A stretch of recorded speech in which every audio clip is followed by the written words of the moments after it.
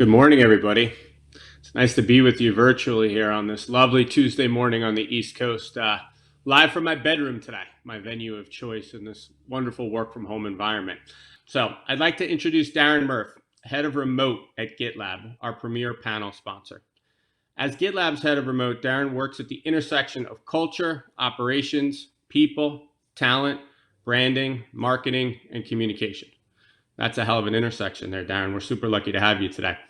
He spent his career leading remote teams and charting remote transformations. He holds a Guinness World Record in publishing, which is amazing. I don't know that we've ever had a Guinness World Record holder at one of our events, so super cool. He's also authored GitLab's Remote Playbook, Living the Remote Dream, a guide to seeing the world, setting records, and advancing your career. So thanks again for spending time with us today, Darren. Without further ado, the microphone is yours. Awesome. Thanks, James. I appreciate the gracious intro. Thanks to all who are viewing today. Grateful to have you here and looking forward to the session ahead. So today's presentation is entitled Implementing and Reinforcing Remote Work Practices.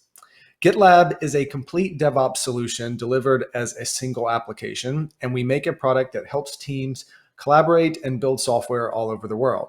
But we're also an incredibly large, all-remote company. We have over 1,300 team members in more than 65 countries with no company-owned offices, and we have been intentionally remote for years. So we're sharing today what we've learned in our trials and tribulations, as many companies have been thrust into remote without the same amount of preparation and planning. So we're sharing what we've learned so that you can make your journey a little bit more smooth and transition from surviving remote to actually thriving in remote. So a bit of background about me and a bit of painting the picture, if you will, before we dive into the specifics of what makes GitLab unique. So I've worked remotely my entire career, so over 15 years leading, building, and managing teams across oceans. And while a lot of what we'll touch on today is indeed about productivity and business continuity, remote work at its core is about inclusivity and flexibility. And one of the things that is not talked about as much, but it's worth recognizing as we go through this, is that remote work at scale has massive societal impacts. If we imagine tens of millions of people repurposing their commutes to do things like help out with Habitat for Humanity or philanthropic or charitable contributions, or just spending time with neighbors and community, you suddenly have a completely different society without changing any of the infrastructure whatsoever. So this is why it personally matters to me. This is why GitLab has a vision of open sourcing our knowledge on remote work to help make everyone's lives a little bit better. And if you're looking for a quick and easy guide on how to do this, I don't know if it's easy, but there is a quick read. The Remote Playbook is a book I published earlier this year. It's available to all for free at allremote.info. And this condenses all of the all remote guides that we have assembled into one easy to digest ebook. And the slides ahead will touch on some of the core components of what makes this playbook tick. Wanted to start with a quote here that we offer up to new hires to really help them recognize that they're going to be embracing something very different. Those that thrive at GitLab take the opportunity to drop prior workplace baggage at the door, embrace a liberating and empowering set of values, and give themselves permission to truly operate differently. And here's the kicker: there's as much to unlearn as there is to learn. And that's really true. In a remote work environment, there is a lot that you have to undo. And for many organizations who are simply trying to copy their existing office environment and paste it into the virtual world, we're beginning to see some cracks in the foundation. We were drafting on old relationships and old workflows, and we're kind of making it work with a lot of synchronous video calls, but it's not really taking advantage of the remote infrastructure, the remote world. If you were moving offices, let's say from Singapore to London, chances are you would do an audit and not everything would make the move. But for many organizations, they've made the move to a virtual office, but they've boxed up literally everything and they're trying to use it in a completely new space. So I want to talk about how you can think through that and re-engineer what you actually need to keep and what new things you should implement. A few remote realities. First off, a lot of what works in remote is very counterintuitive, and it feels way different than what the norms were in a co-located space.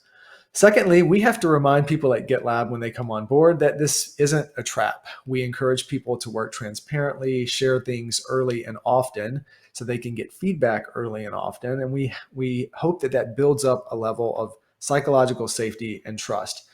But at first, it can definitely feel like a trap. If you're used to working in an environment where you wait until everything is perfectly polished and ship it at the very end, it will feel a bit odd shipping things in draft and asking for feedback before you've had a chance to even think it all the way through. But in a remote setting, this level of workflow transparency is vital to making sure that people feel like they belong and they feel like they have a sense of what others in the organization are working on, even if they can't see each other.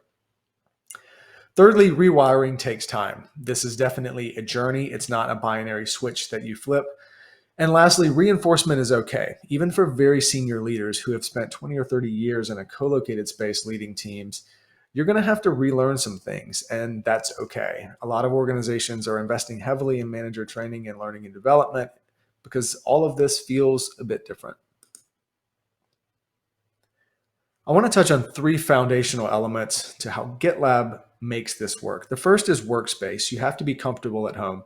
If you have not optimized your home for remote work, think about what that can look like in the months ahead. And if you're in a leadership position, make sure that you support reimbursements for things like noise canceling headphones and standing desks. You have to make sure that your people are healthy, ergonomic, and comfortable if you expect them to be productive. The second is communications. This is one of the first things to fall apart in a remote setting. Communication silos and communication fracturing is damaging in a co-located space, but is absolutely critical to get right in a remote space. And last but certainly not least is mindset. I like to say that getting remote right is half about tools and workflows and half about culture and mindset, giving people the autonomy and the trust and the freedom they need to do their job well. And lastly, don't assume that remote happens overnight. I mentioned this a bit earlier, but it's worth reinforcing. Remote is a journey of iteration. If you're thinking about a sales plan for the year ahead, you'll probably have quarterly milestones that you want to hit. I would encourage you to approach your remote journey in the same way. Make quarterly milestones, things that are more easily digestible. And a year from now, you'll be thrilled at how much more resilient you are to future crises and how much more adaptable you are with a more global and distributed mindset to your workforce. All right, let's dive into what makes GitLab unique. 5 things to remember when working remote first. So a tools audit is really useful. A lot of teams ask me, hey, what new tools should we use? And that's certainly a question worth answering. But first, ask yourselves what tools you currently use, but you could use them in a more remote first way. So an example here is how GitLab uses Slack, or for some companies, maybe Microsoft Teams. So we expire all of our Slack messages after 90 days. And people often ask, well, how useful can Slack be if you have the messages vanish after 90 days? We do this very intentionally as a forcing function to make sure that people do their work in GitLab, the product. It's a more transparent place. It's more documented. There's timestamps. And so this allows us to have a single source of truth for where work happens. It also has a few very beneficial side effects. First off, Slack is less anxiety inducing when you largely don't use it for work. So that's a big plus on the mental health standpoint. But secondly, it is very useful for informal communication. So because we don't lean heavily on Slack to get work done, we're able to have topical channels, things like cooking and fitness and parenting and mental health awareness, even a daily gratitude channel where team members all over the world share things that they're thankful for. And in our parenting channel in particular, we have parents all across the globe who are able to come together as parents, not as colleagues, and commiserate and join hands and work together on what they're all doing for virtual schooling, for example. Earlier this year, we had a parent ask in that channel if anyone had a free hour ahead of them and would they mind opening up their camera and just letting their kids go crazy in front of it with their other kids so that they could catch a break. And then that led to something we call juicebox chats, where we actually set up a spreadsheet so people could organize time slots and allow their kids from all over the world to sing and dance and engage together, show off toys together, speak in different languages together. And so we stumbled into some cultural exploration that actually would be impossible in a standard classroom setting. And this goes back to looking at virtual from the opportunity standpoint instead of the scarcity standpoint. But had we not made the decision to use Slack specifically for informal communication and relationship building, it's unlikely that our team members would have felt that comfortable talking about those things in a quote unquote work setting. Second, we don't default to a meeting. And believe me, this definitely takes some unlearning. At GitLab, we make it intentionally difficult to have a meeting because we would rather you write things down in a GitLab issue or epic so you can get more feedback from a broader array of people across a more diverse set of time zones. Synchronous time is very precious. It's not only very expensive, but we all have a limited amount of mental energy that we can devote to these on any given day. We would much rather you use synchronous time to have a coffee chat or build rapport with a new team member instead of using it for status updates and basic work tasks that could simply be written down in a GitLab issue or a merge request. So this is another forcing function that we use. We force every work meeting to have a Google Doc agenda attached to the calendar invite. And in that agenda is context about the meeting. And during the meeting, people have to contextualize what they're verbalizing, write down questions, write down answers, write down key takeaways. That way, for people who are on the other side of the world or taking their kid to lunch and can't make the meeting for any reason whatsoever, they can essentially attend the meeting asynchronously by looking at the agenda doc. And then after the meeting organizer is responsible for porting any of the key takeaways into GitLab's massive company handbook, which is our single source of truth for all workflows and processes and policies. And so that's a lot of work. It's a lot of manual work. And so we do that to encourage people to go about their work in a different way. If we can save a few meetings here and there scaled over an entire organization, you end up recapturing thousands, if not tens of thousands of hours that can be dedicated to fitness or meditation or deep creative work, all things that are more useful than a typical synchronous meeting just to gather consensus. I talked a bit about this, but I want to reinforce this. If you do have a meeting, do it well. We're not against meetings. We look at synchronous and asynchronous. And by the way, asynchronous is the notion of how do I get work done without someone else online or available at that exact time. We don't look at these as competing against one another. We want to have a strategic mix of the two. So if you're going to have a synchronous meeting, make sure that it can catalyze a lot of asynchronous work after the fact. Make sure that there is a shared document, an agenda attached to every meeting invite. This helps scale your knowledge over time. A few years down the road, if you have a thought, yeah, I think I remember having a meeting about this big decision that was made, you can just search your calendar, find the meeting from 2 years ago, one click in it, you'll see the agenda doc, and now you have documentation of what happened on that day and what decisions were made and what the context was. And this is massive in terms of efficiency. And you can probably imagine how this helps build cohesion and discipline across remote teams, especially as time goes on. At GitLab, we have this notion of answering with a link. So when I do these remote sessions, it is actually my goal to be able to share a link in the GitLab handbook with each person to answer each question. And if we don't have a link that answers the question, then we get excited about answering that question and then documenting it so that if anyone has this question going forward, we can answer it with a link. This has a lot of positive implications. First of all, it's the pay it forward approach. If ever you're at GitLab and you need to know something and you're able to simply self-service, search in the handbook and find it yourself without having to interrupt or bother someone else or wait for them to come online again, you immediately see the value of what someone else did in diligence in documenting. So therefore, the next time that you find out something new, you then want to document it so that if anyone else were to come searching for it, instead of having to interrupt your day, they could simply self-service in the handbook. This is a big cultural thing. It requires a lot of diligence, but we reinforce it during onboarding. And we actually use GitLab, the product, to build and maintain, evolve, and iterate our company handbook. We see the company handbook as a product and we treat it as such. We have engineers that work on this. We have editorial leads that make sure that things are up to date and that maintainers are easy to see. The process of starting a handbook can feel daunting. The GitLab handbook has over 8,000 pages if printed out right now, but it started out as one. And so for companies who are making the transition, I've suggested looking into a principal writer or hiring a chief documentarian to start adding taxonomy and systems to the documentation processes and policies that already exist in your organization. The more that you can organize this and transparently share it with your team across the world, the closer your team feels. And for many companies, I'm sure that isolation is a real problem. And while we oftentimes try to solve that through communal relational type of solves, bringing work closer to the people actually increases that sense of belonging as well.